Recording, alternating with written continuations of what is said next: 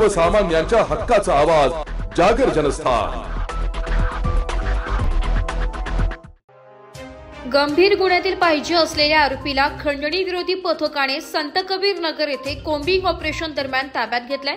आज दिनांक 22 ऑगस्ट रोजी दुपारी 12:30 वाजता वरिष्ठ पोलीस निरीक्षक जगवेंद्र सिंग राजपूत यांनी प्रसार माध्यमांना दिलेल्या माहितीनुसार गुरुवारी रात्रीच्या दरम्यान कोम्बिंग ऑपरेशन सुरू असताना पोलिसांना पाहून एकाने पळ काढल्याचं पोलिसांना निदर्शनास आलं। पोलिसांनी त्याचा पाठलाग करून त्याला ताब्यात घेतलाय। त्याच्याकडे अधिक विचारपूस केली असता त्याने त्याचं नाव राहुल उर्फ बंटी राजकुमार भारती वर्ष 21 राहणार वाल्मिक नगर वाघाडी पंचवटी असे सांगितले असून पंचवटी पोलीस ठाण्यात त्याच्यावर प्राणघातक हल्ला केल्याचा गुन्हा दाखल आहे।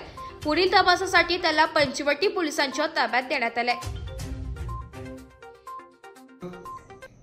खंडणी विरोधी पथक गंगापूर पोलीस स्टेशनच्या हद्दीमध्ये संत कबीर नगर येथे कोम्बिंग ऑपरेशन करत असताना 7:45 वाजेच्या सुमारास एक इसम पथकाला पाहून पळाला होता, पण त्याला ताब्यात घेतलं आहे।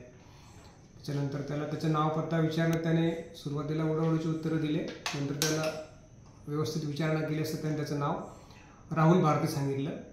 पूर्ण नाव त्याचं राहुल राजकुमार भारती आहे। त्याचा अभिलेख पडताळला असता तो पंचवटी पोलीस स्टेशनकडील CR नंबर 320/25 कलम 109, 115, 2 मध्ये फरार असल्याचं निष्पन्न झालेलं आहे। त्याच्याकडे खात्री झाल्यानंतर त्याला पंचवटी पोलीस स्टेशनकडे वर्ग करण्यात आलेले आहे।